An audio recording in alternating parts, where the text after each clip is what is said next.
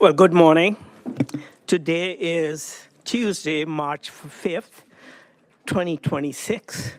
The Insurance Committee of the Tennessee House of Representatives is now in session. This is the 114th General Assembly. Members, please remember to log into the committee. And in the meanwhile, do we have any personal orders? Seeing none, we'll come back to that. Has everybody logged in? Representative Scarborough has a. Representative Scarborough, you're recognized. I'm sorry, Mr. Chairman, for late notice. I've got some friends here from Anderson County EMS. I'd like to recognize them. If you folks will raise your hand, let everybody know who you are. Good job.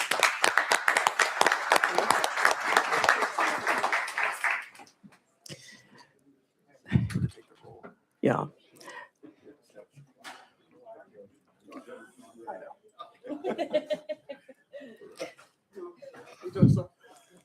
Welcome. Members, please enter the meeting and log in.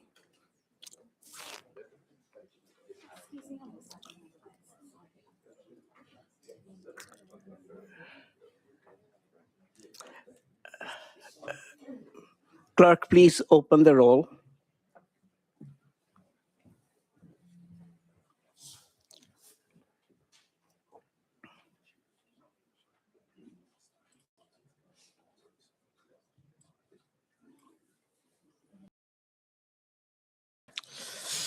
Madam Clerk, please count the roll.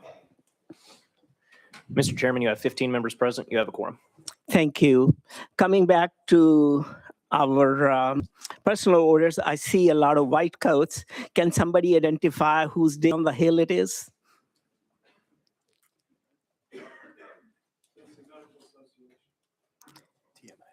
Tennessee Medical Association. You're very important. Thank you for coming.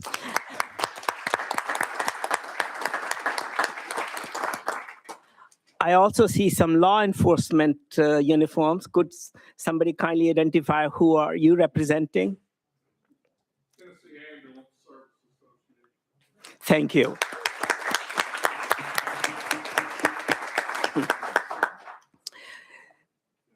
To resume our business, we have 3 bills to consider and a presentation from the Department of Commerce and Insurance. Our first bill on the list is House Bill 2498 by Representative Capley. Representative Capley, we have a motion and a second. You're recognized. Thank on you, House Mr. Bill Chairman. 2498. Thank you very much, Mr. Chairman. Thank you, committee members. This bill will prohibit the division of TennCare for paying for elective transgender affirming or otherwise surgeries, chemicals for those that are not explicitly taken out in the language. And that's what the bill does. Well, thank you. Members, do we have any questions?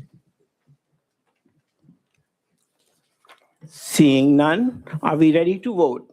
Without objection, we are voting on House Bill 2498 by Representative Capley. All those in favor, please vote yes. Opposed, vote no. Has every member voted? Does any member wish to change their vote? Clerk, please count the votes. Mr. Chairman, you have 14 ayes, 2 nays. Thank you.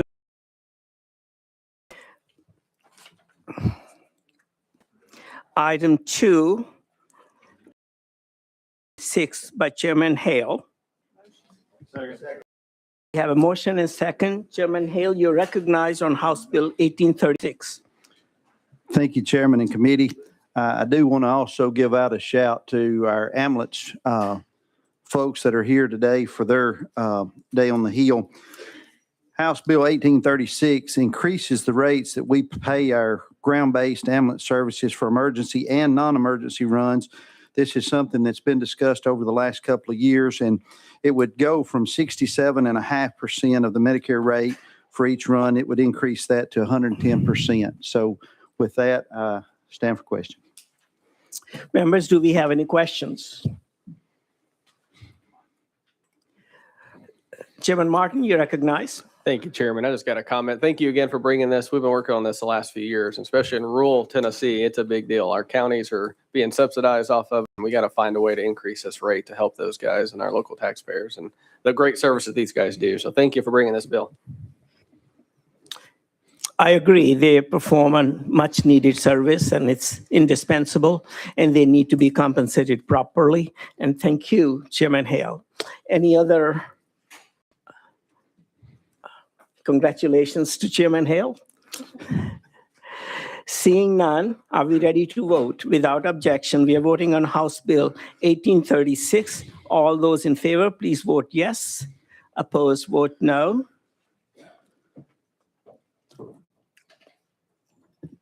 Clerk, please count the vote.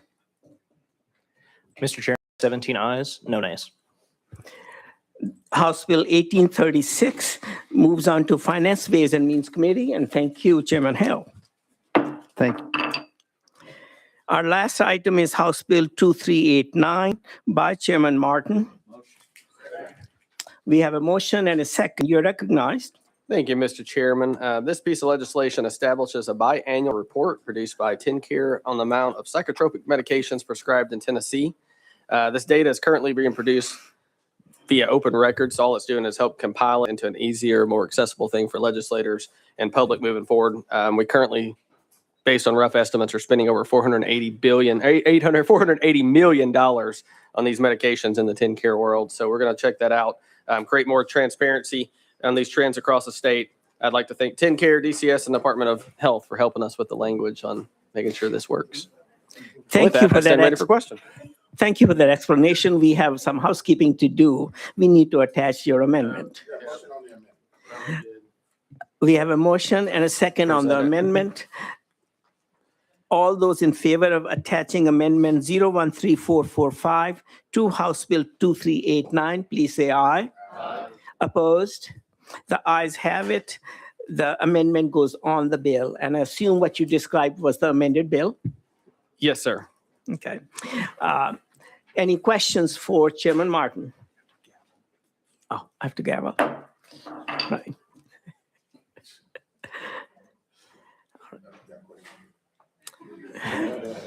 Oh, is that you, Representative Freeman? Recognize? You're recognized. Thank you, Chairman. To the sponsor, what other categories of drugs do we compile this information? You're Thank recognized. you, Chairman. I'm not familiar on which ones we're doing. This one specific was for my mental health group. I went back home and met with my mental health providers, met with my health-based liaisons, and they just talked about the amount of prescriptions they're seeing in our youth. And so that's where the crux of it originally came from, was having that conversation around what we're spending and what we're doing, making sure that we're utilizing all resources and services to help Sure. that mental health of a child. But I don't have that answer on what all we're actually tracking. So You're recognized. I feel like we're just having a conversation. This is great. It's right here.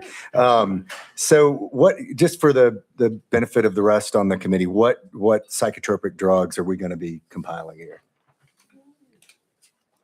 You're recognized. thank you, Mr. Chairman. Let me find it in here. So it includes antipsychotic, antidepressant, agent for mania, anti-anxiety agent, psychomotor stimulants, and hypnotics are the ones that will be listed. You're recognized. Yeah, I mean, so I appreciate you and what you're doing. I'm not going to be able to support it. I think we already have a pretty big stigma right now on mental health issues, and the idea that that we're going to now allow people to look through the data and make Monday morning decisions on the increase in these drugs, psychotropic medications. Are they causational? Are they correlational? I mean, clearly we have people that have mental health issues that are taking a psychotropic drug have mental health issues, and so anyway, I don't like the idea of us stigmatizing a group that I think we should continue to lift up. And I know that's not your intent. No. And so I'm not even you're going to good. put that on you, but I'm telling you from my own standpoint, that's why I'm not going to be able to support it. So thank you. Chairman Martin? Thank you for that. And I agree with that component, especially around the stigma with mental health. That's one thing that thankfully we're doing a lot in Tennessee about. A lot of funding is coming down. So my main objective was to make sure that we're going to use those dollars correctly, get them the care they need, and not just prescribing medication if that's the only option. We just want to make sure all routes are available. But greatly appreciate your opinion and thoughts. Thank you. Members, any other questions? Are we ready for the question? Without objection, we are voting on House Bill 2389. All those in favor, please say yes. Opposed, vote no.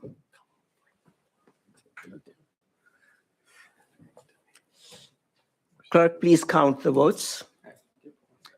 Mr. Chairman, you have 16 ayes, 1 nay. Thank you. House Bill 2389, having passed this committee, moves on to government operations.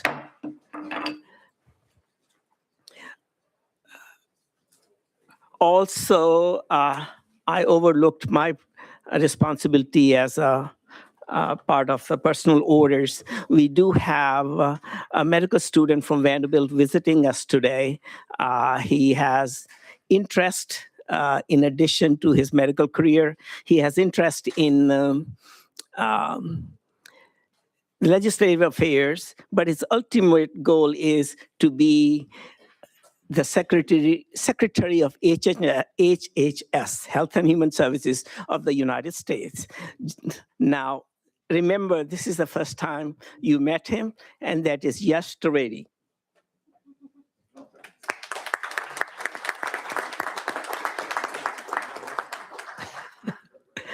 Well, we wish him well in his pursuits, and he's learning from all the committee members and the audience. Now, our next order is the presentation. We'll go out of session. We have a presentation from the Department of Commerce and Insurance. And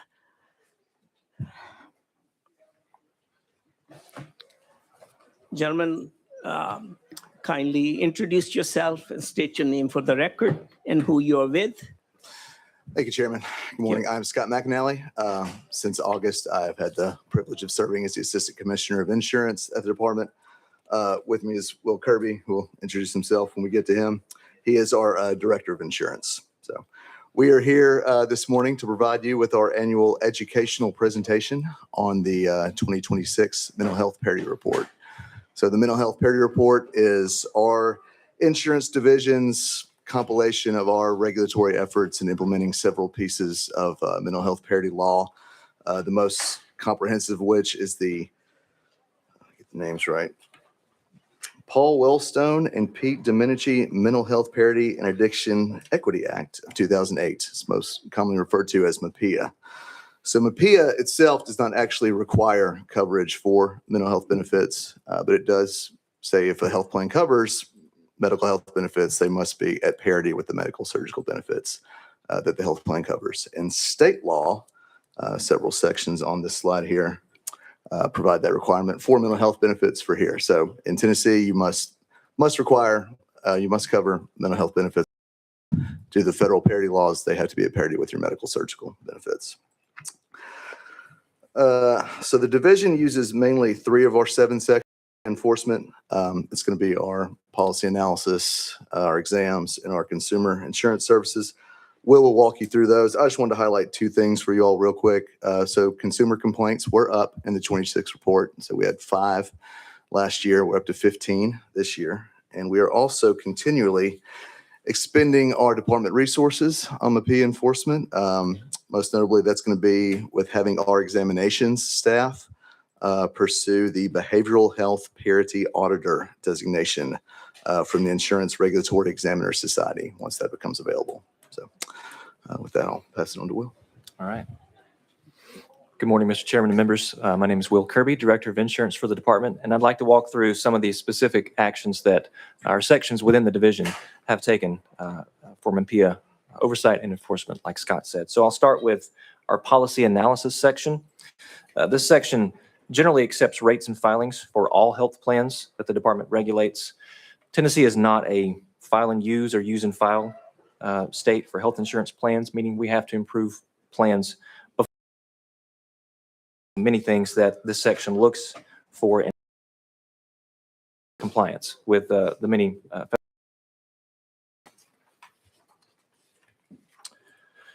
This next slide has some examples of what this section looks for. So one of the things to note is that cost sharing cannot be higher, limits be lower for mental health and substance abuse services, for instance, as compared to the medical surgical benefits provided under a plan. Give you a minute to look at that slide. There's a lot of information on there. And I'll move then next to the consumer insurance services section. This section investigates consumer complaints of all types, including alleged MAPIA violations. Our investigators work with and the carrier to determine the issue and whether a resolution can be reached.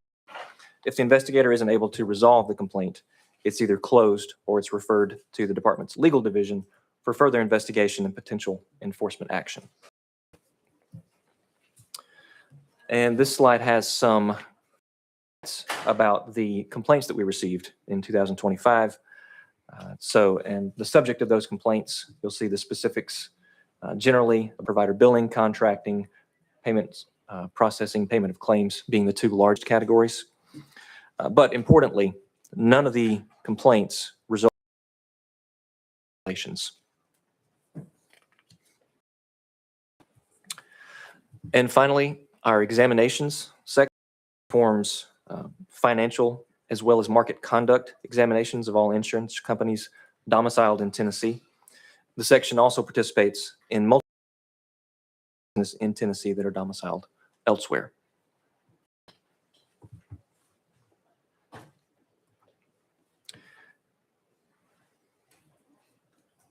And the final slide shows that the sole company that was subject to the mental health parity laws, excuse me, that was examined, had 3 findings regarding MAPIA violations. To the details here, I will direct you to our MAPIA report that is on our website, or to the exam report itself if you want a fuller or more technical explanation of some of those violations. Discuss that if any members have questions.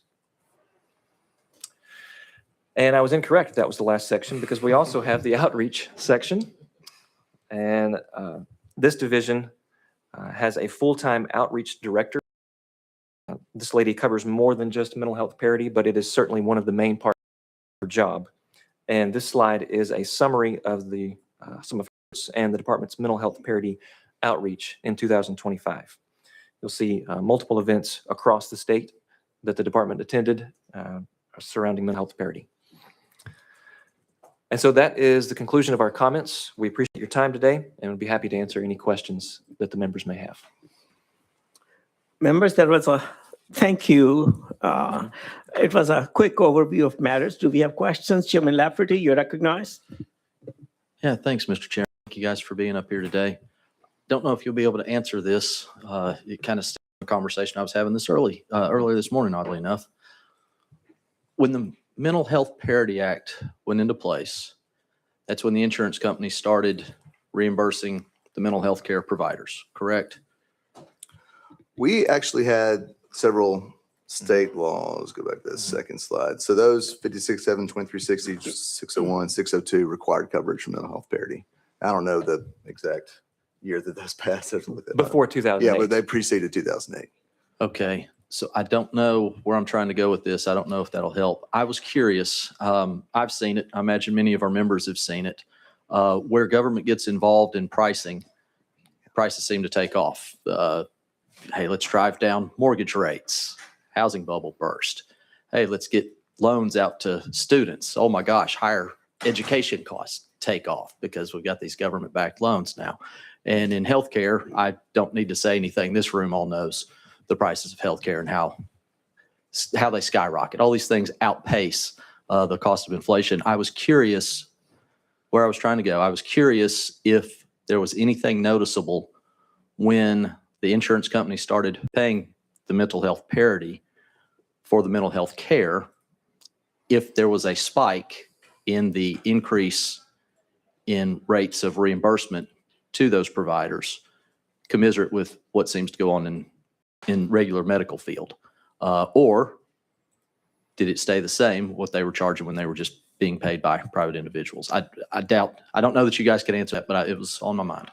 Can answer that rates didn't stay the same. I think we've seen increases for the last several years. I don't have those in front of me. I'd have to pull them for you. I'm happy to provide those to your office. What I don't have is how the rate is specifically attributable to what exact facet of the plan, I guess, is driving it up. So they do have to be actuarially justified. All of our rates, so they're reviewed. They're generally based on claims history. So you could surmise that as claim payments have gone up, that would have driven up rates. In that claim payment pie, it's hard for me to say how it's distributed among mental health, med surge, those different things that could drive up your claims. Okay, and just one follow-up. It made me think of something else. Just curious, what about the use of mental health providers with this going into effect? Have you seen was there a big increase in the number of people taking advantage of the mental health care providers being able to get access to that?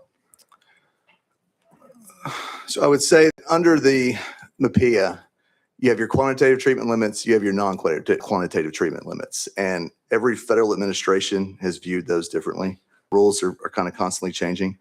So they get into providers in terms of like network adequacy.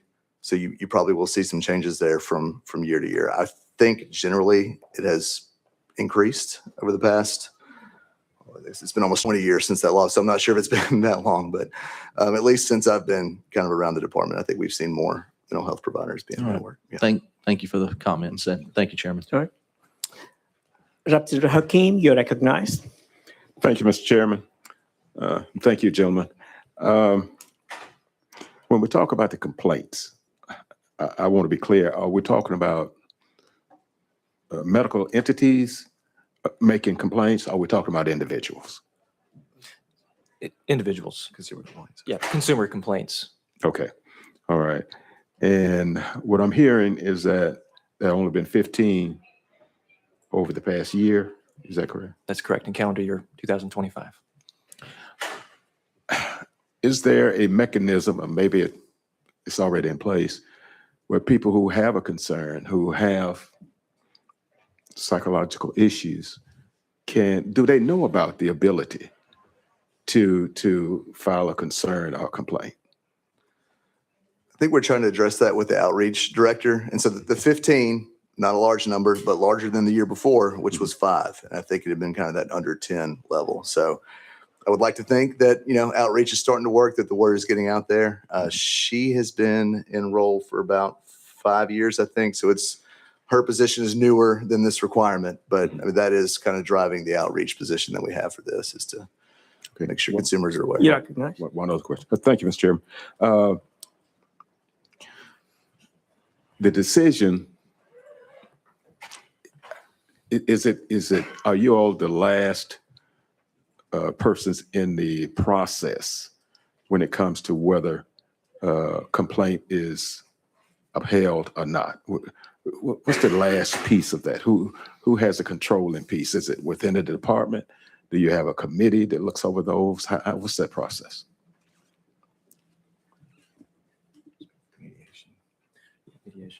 Right. So our consumer insurance services section really acts as a mediator. That is the extent of the complaint enforcement from consumers for the department. It really depends on the complaint in terms of where else you could go. So there's some statutory allowance to escalate other types of complaints. I believe there's still external review that's available under the Affordable Care Act. That's outside of the department. Okay. Thank you, Mr. Chairman. A question comes to mind about the Mental Health Parity Act. Is it focused mainly on reimbursement and payment for services that be on an equal basis, or there are other aspects to it? There are many aspects to it, I would say. Yeah, you have, the rule itself, I think or the law itself rather, I think is fairly lengthy. And then as I had mentioned to Chairman Lafferty, there are rules that come out annually. Yes. Annually every other year that are constantly expanding on the definitions of limitations and what health plans have to follow. So the breadth of the scope goes beyond just equal payment for equal services. I think that's To fair to say, providers. although that is the kind of the founding idea of it. Right, yeah. And you mentioned 15 complaints. Sure, we don't have time to go into them, but can you categorize them? I mean, what categories did they fall in? So many about a particular aspect that stands out. The majority of those complaints, 2/3, were what I would characterize as the top two categories of billing and payment issues. So getting to your question, Chairman, of Okay, how are they looking at that? Maybe I could walk back a little bit, the question for Representative Hakeem, to say that there is an avenue for a provider to file a complaint if they feel there is a violation. We see the majority from consumers, but it's still an option for a provider to file a complaint. And so you see here that the complaints can be about billing and claims issues. you would not get any complaints from providers as such. They would deal with the payer.